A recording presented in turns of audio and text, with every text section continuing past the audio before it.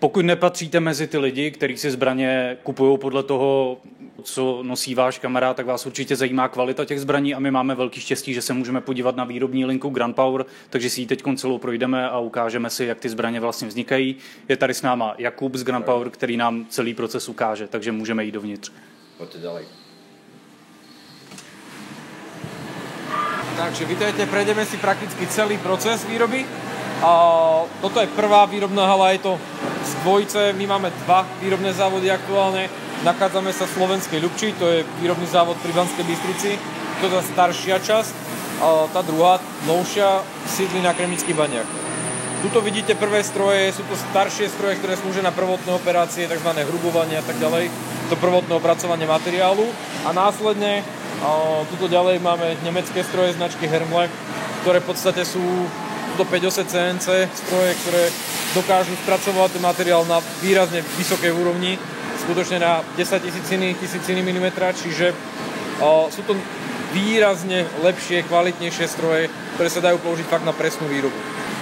Takto napríklad vyzerá počiatočný materiál, z tohto bude záver pištole. Človek by to nebol povedal na začiatok, že to bude takto vyzerať.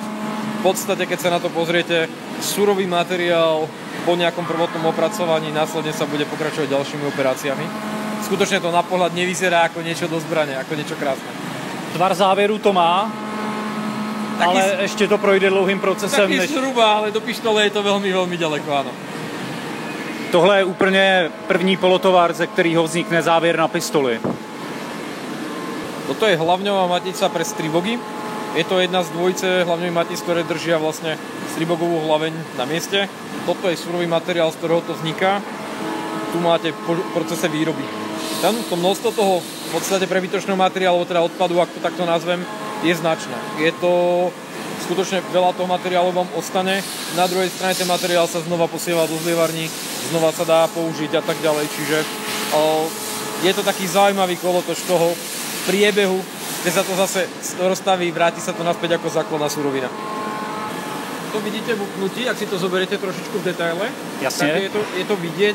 Toto je vlastne 5-oská CNCčko vyrobená v Nemecku, pomerne veľmi presná. Ten stroj má tú výhodu, vzadu sú také vrátka, on si tie nástroje vie vymeniť sám.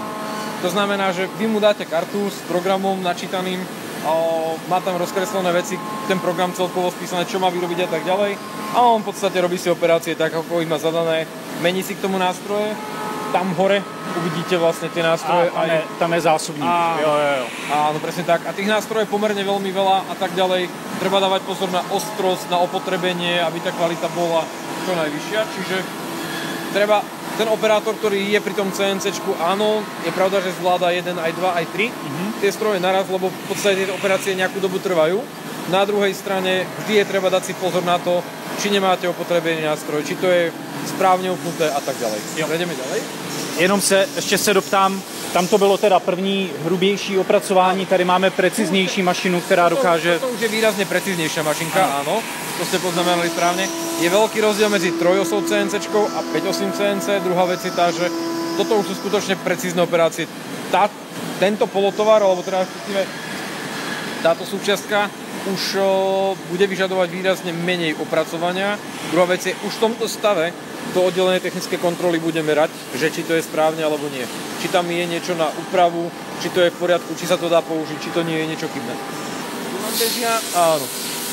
V tomto stroji bežia momentálne závery na stribogy, ak sa nemýlim, ak to správne vidím, je to stribok desiatkový. V podstate, aby som vám to ukázal v praxi, surový kus materiálu. Tu sa hýbeme medzi 40-41 HRC.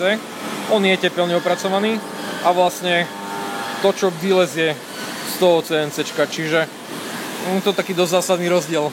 Keď si zoberiete, áno, ten materiál nevyzerá, že to je niečo použiteľné na zbraň a vo výsledku máte niečo, čo... Aha, krásny záver. Čiže áno, samozrejme, aj ten záver musí prejsť potom odihlením, dodatočnými úpravami a tak ďalej, ale ten primárny výsledok je, myslím si, že nádherný. A to už jsou potom procesy, kde vstupuje lidský faktor, Samozrejme. to znamená ruční úprava. každý ten diel, ako všetky zbrane sú naskladané ručne. Neskladajú sa strojovo, skladajú sa na oddelení montáže, tam to ešte uvidíme. A každopádne takýto diel sa bude označovať prvotne QR kódom kvôli bezpečnosti a kvôli skladovému manažmentu a následne pôjde na odhyhlenie, na apretúru, kde sa to vlastne ručne bude odhyhlovať od týchto ostrých rán, ako môžete vidieť tu napríklad. Sú tam také jemné špony, treba to všetko dať preč, musí to byť pekné, dokonalé, hladké a plne funkčné. Takže toto je jeden z procesov.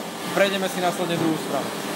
Aj v priebehu výroby samotnej, keď majú naši zamestnanci vlastne pocit, že niečo nesedí alebo chcú si niečo prekontrolovať, majú už priamo na hale oni svoje meracie zariadenia, nemusia čakať na oddelené technické kontroly, v podstate si to vedia hocikedy premerať aj oni. Ale samozrejme OTK je tu permanentne. Takisto ako majú zmeny zamestnanci, ktorí sú obsluha CNC, takisto aj kontrola je tu stále. Musia spolupracovať. Vždycky je to o tom, že ak sa niečo zamlčí alebo niečo, oni to stejne nájdú, lebo ten dielik sa milia, takže to je presne ako sme sa bavili už skôr my pri tom meraní. Pokiaľ sa bavíme o dieloch, ktoré napríklad prichádzajú od subdodávateľov, truby zásobníkov alebo prípadne niektoré plastové časti, merajú sa všetky. Čiže stejně dojdete k tomu výsledku. To znamená, že pokud by se tady pracovníkům něco nezdálo, oni si to sami překontrolují a není to tak, že by oni by jenom odevzdali na OTKčko? Ak sa mu to nepáči, môže to mať niekoľko príčin. Ako som spomínal, on tam môže mať poškodený nástroj, otupený nástroj a tak ďalej. To sú veci, ktoré si vedia vyriešiť sami. Pokiaľ by tam bol nejaký problém v samotnom stroji alebo niečo, vyžaduje si to zásah a prípadne zásah servisa na to CNC samotné, čo je teda náročnejšia operácia, ale väčšinou servis takýchto CNCček netrvá, nebavíme sa o tom, že to trvá hodinu, dve, je to otázka väčšinou niekoľkých dní a autorizovaného servisu. Rozumiem. Môžeme ísť ďalej?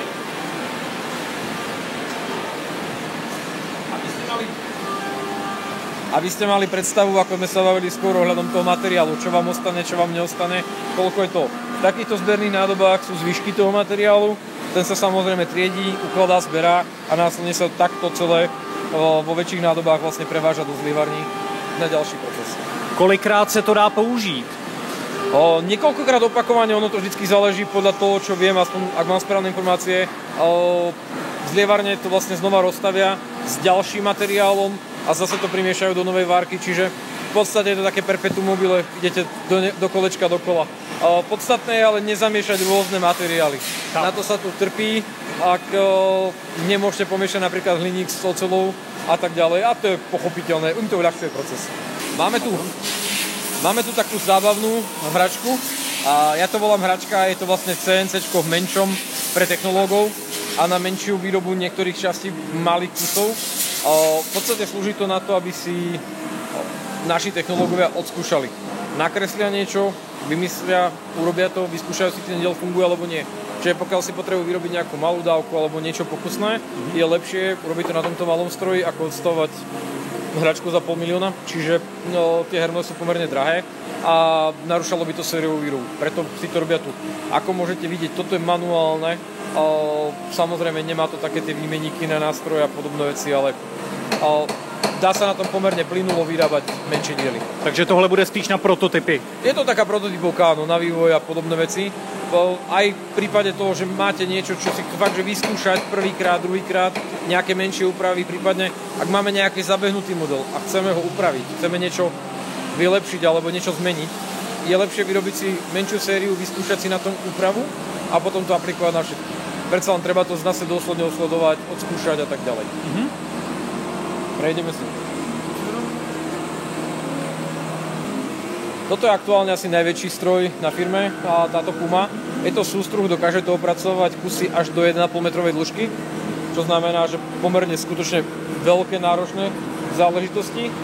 Na tomto stroji Hyundai aktuálne prebieha servis, tu máte tie mazivá, chladivá a podobne. Opäť zabezpečuje to externá firma. Nie sú to lacné položky, lebo tie stroje nie sú lacné. Na druhej strane je to potrebné, pokiaľ chcete dosiahnuť istú úroveň kvality, ten servis je tam nevyhnutný. Je to veľmi podobné ako pri autách, len tie CNCčka sa hrajú na presnejšie veci, tie sústroji sa hrajú takisto na milimetre, desatiny a tak ďalej, čiže aj ten servis nie je taký, že však ono to ide a potom to dorobíme. Jasne. No, sa to tak úplne nedá. Sú to také tie pravidelné servisy, výmeny a podobné veci. Já se ještě zeptám, ta předchozí část výroby je asi dost podobná s jinýma strojníma fabrikama, jak jste říkal, třeba Automotive a takhle? Je to veľmi podobné, tá prvá časť, z ktorej sme prešli, my to máme podelené. Tamto sú frézy, toto sú sústruhy. A je to veľmi podobné, áno, tie stroje by sa dali využiť práve v takomto premysle. A tým, že my napríklad opracovávame 707-5T6 letecký Dural na tej fabrike na Kremických Baniach, tu sa slovenské ľupči spracovajú hlavne ocele, tam sa hlavne spracová alumínium, s tým, že je tam eloxačná linka na farbenie, na anodizáciu a tak ďalej, tak v podstate máte stroje, ktoré dokážu vyrábať aj pre letecký priemysel. Už ide o to, či ste schopní dodržať tie presnosti alebo nie. A tam zase sa ostávate do toho, že aký je ten stroj, akého výrobcu, aké kvality, na koľko 10 000 to dokáže vyrábať. Chápu. A tak. Chápu. Prejdeme za pána.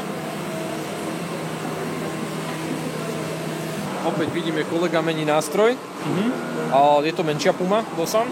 Tu máme opäť meranie, kvalitu, skontrolujú si to kolegovia sami o sebe. Ukážeme si aj oddelené technické kontroly, ale už tá primárna kontrola, kalibre a takéto veci, toto si vedia skontrolovať priamo tí chlapi na hale. Väčšina z nich je tu niekoľko rokov, bavíme sa o rokoch, 3 až 15. Máme tu kolegu, ktorý tu je 16. rok, čiže nie sú to väčšinou takí, že úplní nováčici. Jedna z vecí, ktorú tu vidíme, toto je Lavendo R15. Tu už je hotový vývrt.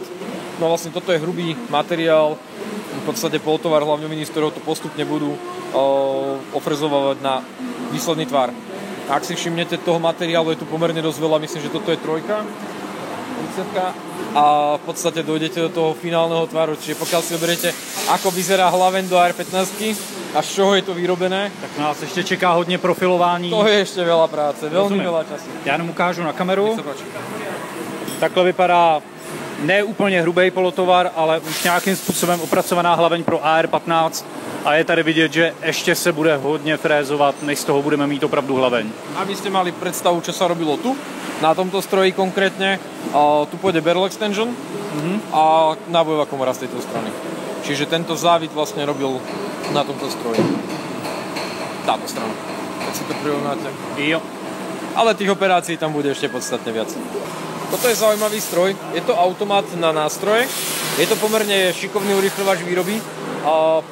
Máme klasických zmenových majstrov a vedúcich nejaké výroby, nejaký manažment a tak ďalej.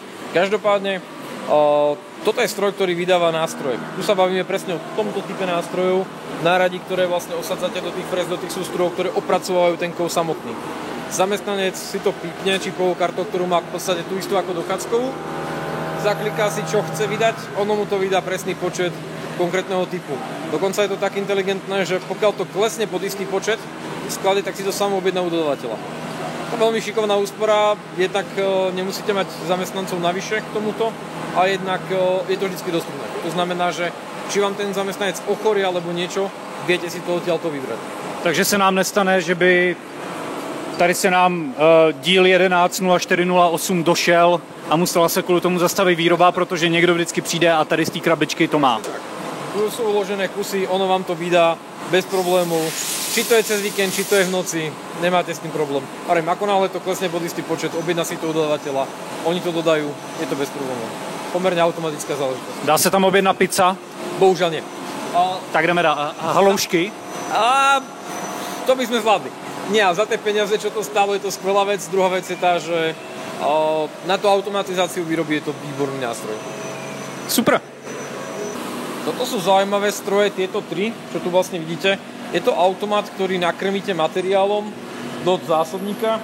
V podstate tieto naše, pokiaľ mám správnu informáciu, tak až do 2 cm priemeru materiál. V podstate je to také malé CNCčko stlačené. Ono si to dokáže vyrábať kopec malých dielov. Ak si všimnete, je ten istý proces, v podstate chladivo, mazivo a tak ďalej. A opäť je tam nástroj, ktorý obráva kúsok kovu. V tomto prípade to nie je z kovu, ktorý ste vložili a upli, ale je to z drôtu, respektíve z hrubšieho materiálu, ktorý je tam postupne vsádzaný a ten je opracovaný.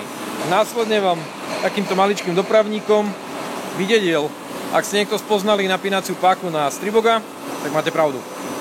Je to výrazný urýchľovač výroby a zároveň má to pomerne zaujímavé presnosti, takže vidíte, akurát nám vyšiel jeden kúsok. To isté. A jenom se zeptám, tohle je hotový. Toto je hotové a najzaujímavejšie na tom je to, že 99% týchto dielcov maličkých netreba ani odihlovať. Skutočne nemá to žiadne ostré hrany a tak ďalej. V podstate jediné, čo tomu treba urobiť, je povrchová úprava. Štandard. To znamená barva do zbraně? Ne barva. Väčšinou Tenifer QPQ. My používame QPQ Tenifer povrchovku, ale áno, v podstate urobiť z toho čierny kus. Já jsem jednoduchý člověk. Má to jinou barvu?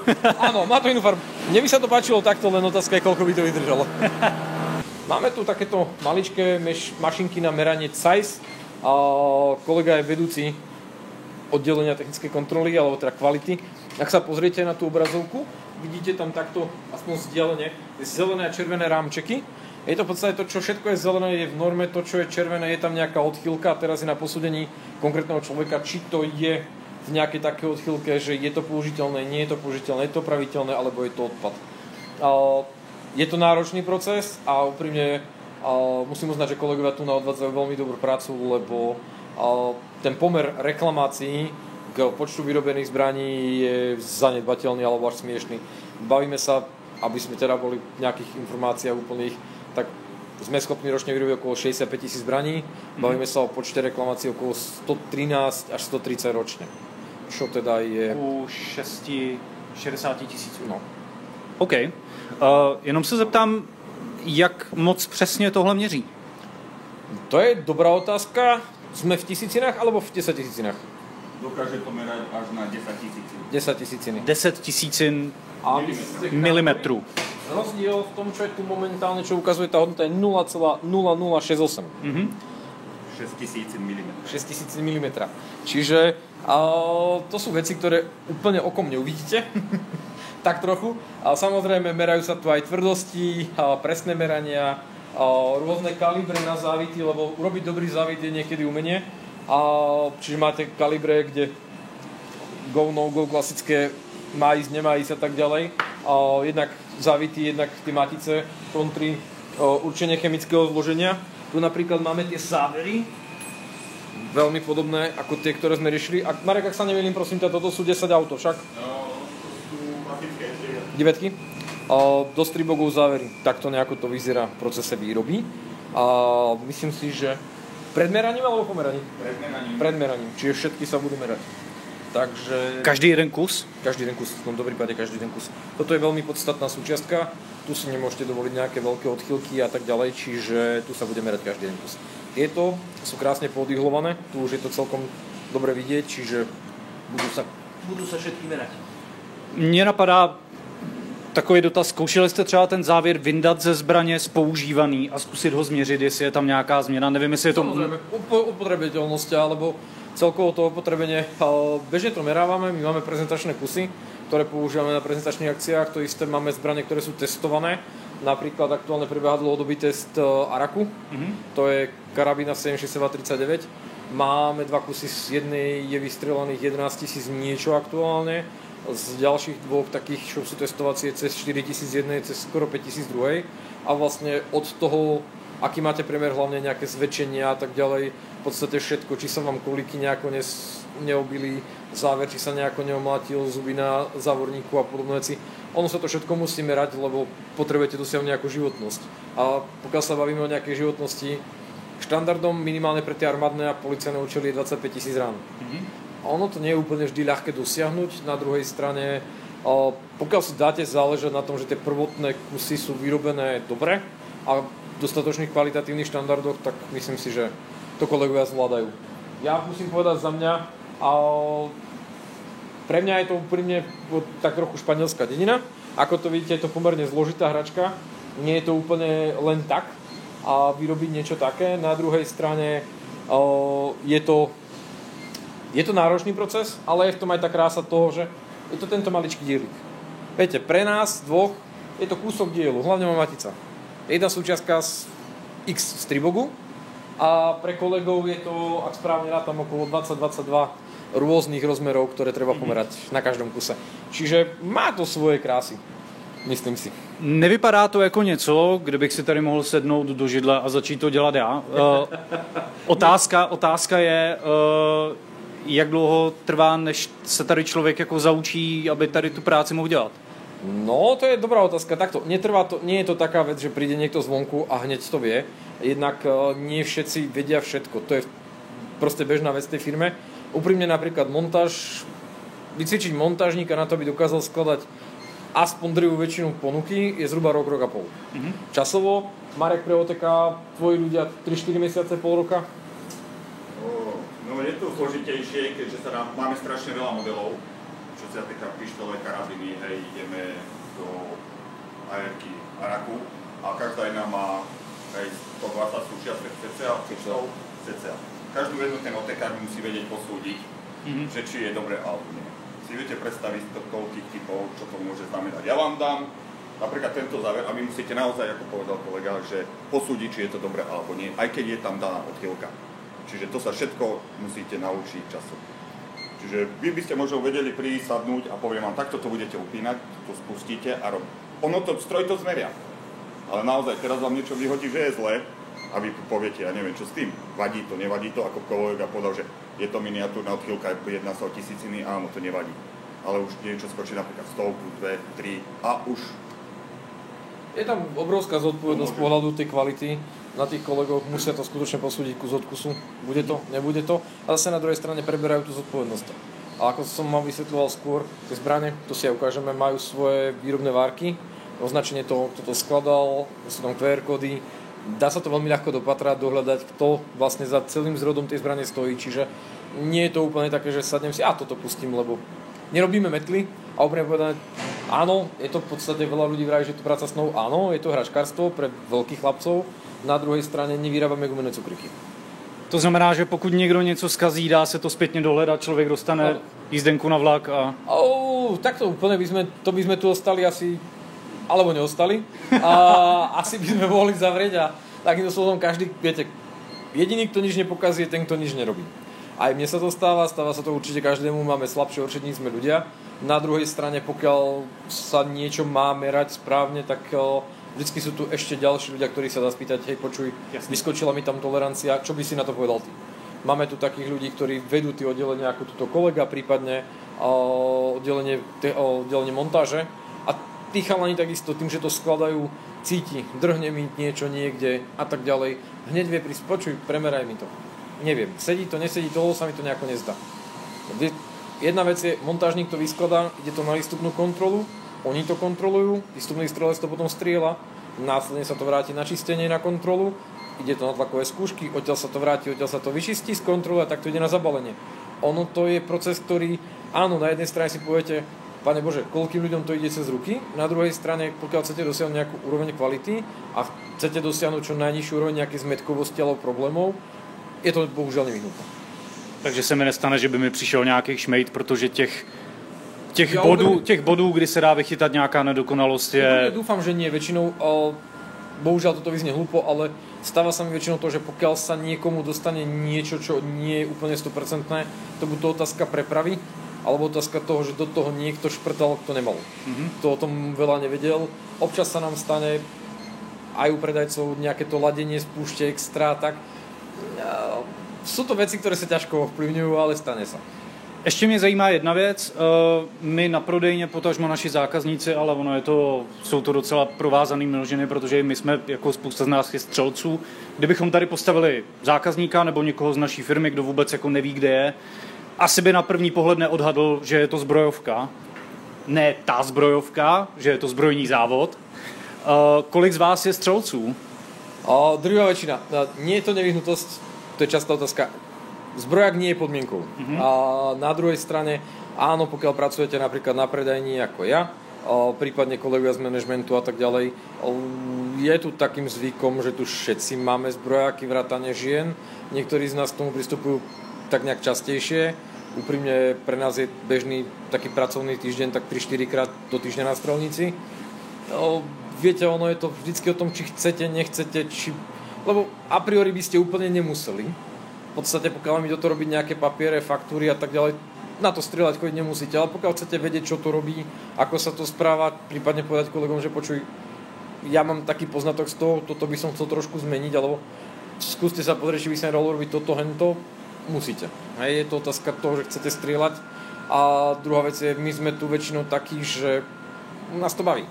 Na montáži, na oddelení montáže, ak u nás hodíte skrutku po niekom, väčšinou trafíte strelca. Čiže to tak. Grand Power, místo, kde místo snídaně si ráno dáte zásobník 45 ze Stribogu. Je to príjemnejšie ako raňajky. Tak jdeme dál. Ďakujem, dobre. Díky moc. Mějte se. Vždycky je to lepšie. Minimálne to viac ukludňuje. Hlavný sklad zbraní, tomu sa venovať nebudeme. Tam sa natáčať nebude. To je dobře. Z pochopiteľných príčin. Takže, nachádzame sa aktuálne na montáži. Montáž je elita firmy. Sú to ľudia, ktorí to všetko dokážu poskladať. Nie je ľahké, ako sme si skôr spovedali, naučiť tých ľudí to poskladať. Ja osobne priznám sa, aktuálne som na firme 5 rokov, takisto by som si na to netrúfol. A rozumiem troch konštrukcií znútra, netrúfol by som si. Čiže skutočne sú to ľudia, ktorí vedia, čo robia, vedia, ako to urobiť, dokážu tie kusy takisto opraviť, prípadne potreby a tak ďalej. A je fakt, že každá jedna sa skladá ručne. Všetky tie zbrane, ktoré odtiaľto vyjdú, musí niekto zobrať, dielce do rúk, vyskladať. A kolega aktuálne poskladal stribok, môžem si jeden na chvíľočku ukradnúť? Tu sa hráme, toto ešte nepopísaný kus. To stribok určený pre americký trh, 8 palec, v pištolovej verzii s pikatinovým končením na glokacké zásobníky. Malé, milé, zlaté. Z pohľadu slovenskej legislatívy je to teda krátka guľová zbraň. Neviem ako u vás. U nás je toto nositeľné momentálne. U nás to bude pistole samonabíjecí. Tak. A tento je kompatibilný s Glock zásobníkmi, čiže pokiaľ by som si napríklad takýto prázdny, len pre účely videa, tak tam bude pekne pasovať. Je to jeden z najpopulárnejších modelov u nás. V podstate stribok je taká zaujímavosť. Je to karabína v kalibri 9 Luger, robí sa od 22 po 10 a úprimne musím povedať, že z pohľadu obchodno-predajného je to jeden z najlepších artiklov vôbec. Stribok je pomerne ľahký na konštrukciu. Michal, prosím ťa, časovo zhruba vyskladať jeden stribok od začiatku do konca. 3/4 hodinka? Maximálne. 3/4 hodinka. 3/4 hodiny, to znamená, vemu všechny díly. Všetky diely poskladať, dopasovať 3/4 hodinka zhruba. Maximálne. A za 3/4 hodiny mám teda něco, do čeho, kdybych teoreticky narval náboje, tak to bude střílet? Určite áno. Potom sú tam tie dlhšie procesy a to sú presne tie popisy, tlakové skúšky a tá legislatíva k tomu, zabalenie, odstrieľanie, testovanie, kontroly a tak ďalej, tie čistenia medzi tým. Ale každopádne samotné vyskladanie, čistý čas, zhruba tých 3/4 hodinku. Samozrejme sú náročnejšie modely. Oveľa ťažšie sa pánom s kolegom skladajú pištole. Toto sú jedni z tých jednoduchších, že dá sa pomerne aj... Keď dobre ide, tak do tých 20 minút, ale to sú fofry, to sa pletú ruky už naozaj, že ale... Vedia to vyskladať pomerne rýchlo. To je ako... Ale sú tu modely naozaj, ktorými sa troška zapotíme. Dá sa to vyskladať, samozrejme každá zbraň je označená, ako som spomínal. Má tam vnútri tú svoju razničku, každý má svoje písmenko, podľa toho my vieme spätne dohľadať, toto skladal. Podľa výrobných čísel a tak ďalej. Čiže ťažko sa to utají, keď niekto niečo dobre. Ale každopádne vzniká tu všetko. Kolegovia z montáže sú jediní, kto vlastne má prístup celkový k tomu, že majú všetky diely a všetko potrebné na rade. A úprimne, ja som tu manažerom a do skladu takisto chodím len cez videné okienko. To zase otázka bezpečnosti. Takže myslím si, že je to plne racionálne a pochopiteľné. Môžeme ísť ďalej. Páni, ďakujeme. Děkujeme.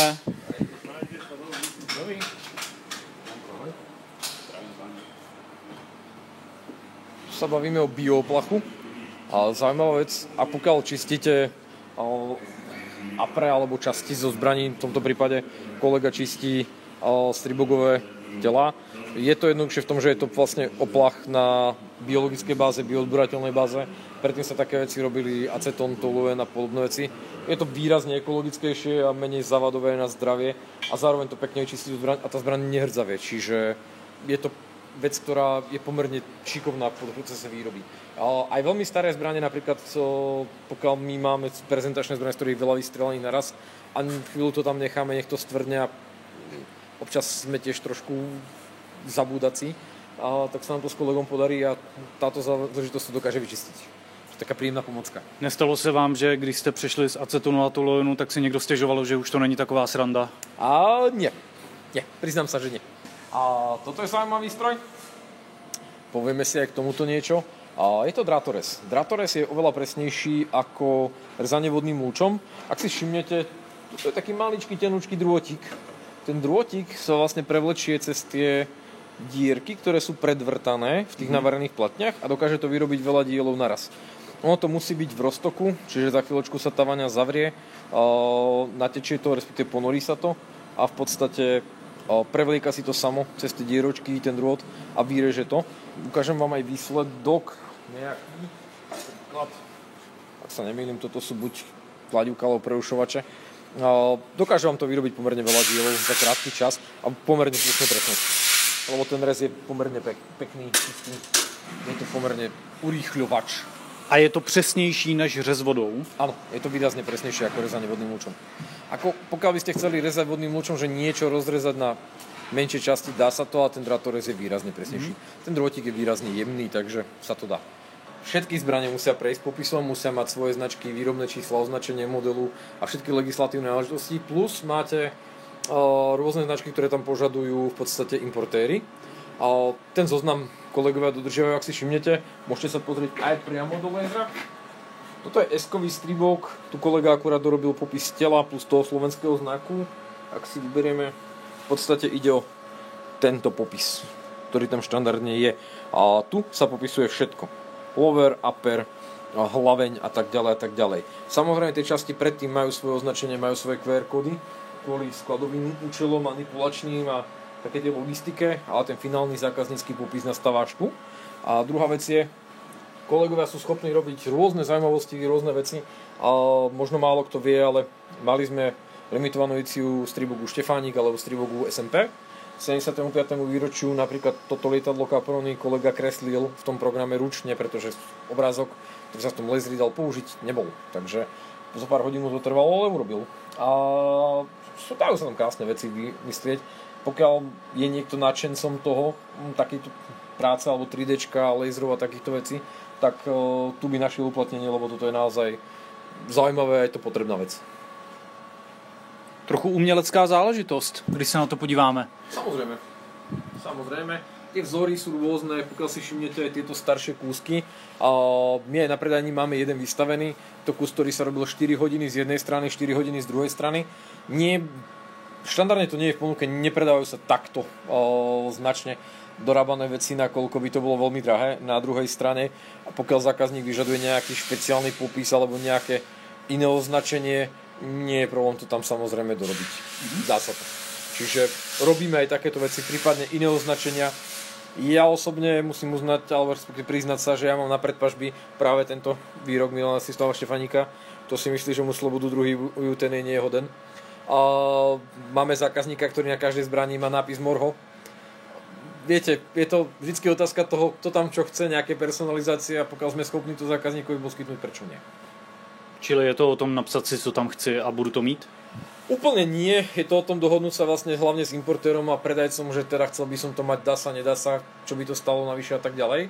A na druhej strane nie je to taká nejaká šialená požiadavka a hlavne pri, povedzme si, športových strelcov a podobne sa to robí úplne bežne, pretože tí väčšinou majú označenia rôznych sponzorov a tak ďalej na tých zbraniach, čiže tam sa to robí pomerne bežne, ale a priori v tom nevidíme žiadny problém. Napríklad na slovenskom trhu to robíme my z predajne pomerne pravidelne.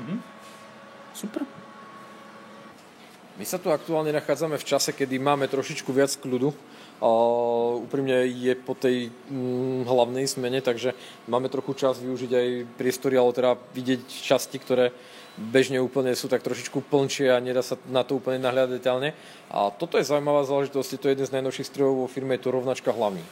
A v podstate je to záležitosť, ktorá dokáže zrovnávať od malorážkových až po veľké guľometné hlavne všetko.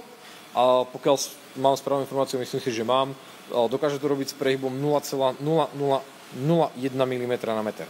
Čo je pomerne presná záležitosť. My nemáme zastudenakované hlavne, robíme hlavne pretlačaním a myslím si, že máme na to svoje dôvody. Každopádne tento stroj zabezpečuje, že tá hlaveň nie je dokonale rovná, že tá presnosť je taká, aká je. Myslím si, že mnoho zákazníkov, hlavne malorážkových a stribogových, už zistilo, že tá presnosť je na vysoké úrovni. To znamená, mně vyjede nějaký polotovar té hlavně, udělá se drážkování, pak se ta hlaveň dá sem a ona z té výroby má nějaký nedokonalosti. Môže mať, nemusí. Každopádne máte polotovar, do ktorého sa urobia sa do neho drážky a následne sa ofrezuje v podstate do toho tvaru, do ktorého by sa mal a tak sa dá zrovnať. Viete si s tým jednak skontrolovať, jednak si s tým viete tú hlaveň zrovnať. Druhá vec je, vždycky musíte rátať s tým, že máte procesy ako kalenie a podobne, kde to tú hlaveň môže čiastočne skriviť. Hej, môžu tam nastať nejaké nerovnosti, ktoré treba vyrovnať. Je to vec, ktorá sa bežne robí, čiže áno. Je to pomerne náročný proces. Pokiaľ by sme sa mali by sme byť odkazaní na nejakú externú firmu, nechceli sme to tak, takže si to robíme takto doma a sú ľudia, alebo viete si nájsť aj zákazníci na YouTube videá, kde to starí puškári páni robia ručne, takým tým otočením vidia, že kde klepnú a tak ďalej. Tuto robí automat cez senzory. Je to proste len modernejšia technika tej výroby a rýchlejšia, takže asi tak. Rozumím. A ten nástroj funguje rázově nebo tlakem? No, tlakom. Jo. A je to na 100 sekundy, ono to pritlačí, otočí, pritlačí, zistí si cez tie sondičky, či to sedí. A pokiaľ bude čas v priebehu dňa, alebo respektíve v priebehu detailov, môžeme si to dať, nahodiť nejakú hlavne, aby ste videli, ako to vyzerá praxi. OK, super. A tu vznikajú tie hlavne samotné. Je tu nástroj, ktorým v podstate sú tie drážky vytvarované. Na konci takéhoto nástroja je korunka, ktorou ten nástroj vzniká. Čiže týmto nástrojom v tej hlavni, v podstate v tom polotovare vznikajú drážky, stúpanie konkrétne a tak ďalej. Nie sú to zrovna lacné nástroje. Každopádne my sme schopní vyrobiť hlavňovinu od 22 po 14,5. Vrátane 50-ky, 2x7, 9-ky, 10-ky, 45-ky, 765-ky, 380-ky, 556-ky. Tá ponuka je naozaj pomerne široká, čiže ten záber je naozaj veľký. Môžem vám pre zaujímavosť ukázať, že takto vyzerá 22. Pred materiál, z ktorého bude hlaveň vo výsledku. Já si myslím, že tady je důležitý říct, že tohle není žádná slitina, není to žádný hliník a že všechny ty malorážkové zbraně od Grand Power se vyrábí ze stejných materiálů. Štandardná zbrojárska ocel 15330, to isté vložky, to isté závery. Je to, či si u nás kúpite 22 pištol alebo 10 autopištol, ten materiál použitý na vložku, záver a hlaveň je ten istý. Čiže už z toho plynie, že v podstate ten človek, ktorý má tú malorážku a raz za čas vymení vratné pružiny, raz za čas vymení pružiny zásobníka, raz za čas bavíme sa v priebehu 3, 4, 5 rokov podľa potreby, tak tá pištol mu vydrží dosť dlho. Toto je z 12/7 urobený rez hlavňovinou. Je to starší kúsok, len taký na ukážku. Vy ste mali zhruba obraz, že ako to vyzerá, keď sú tam tie drážky urobené. Zopár takýchto vzorkových kusov sa robilo v podstate na výstavy, ukážky zákazníkom a tak ďalej. Tým, že vyrábame guľomety v kalibri 50 BMG a 12/7 108, tak v podstate vieme robiť aj takéto zabavky. Pomerne veľké. Takže tak, to by bolo momentálne všetko. Já se zeptám, ten proces, kterým jsme si prošli, vy jste mi o tom řekl strašně moc. Tam to se dává do nějaký kapaliny, tohle je z toho materiálu a tak dále. Jak dlouho tady pracujete a jak to, že to všechno víte? Ja som tu aktuálne 5 rokov, aj nejaký mesiac, 2 navyše.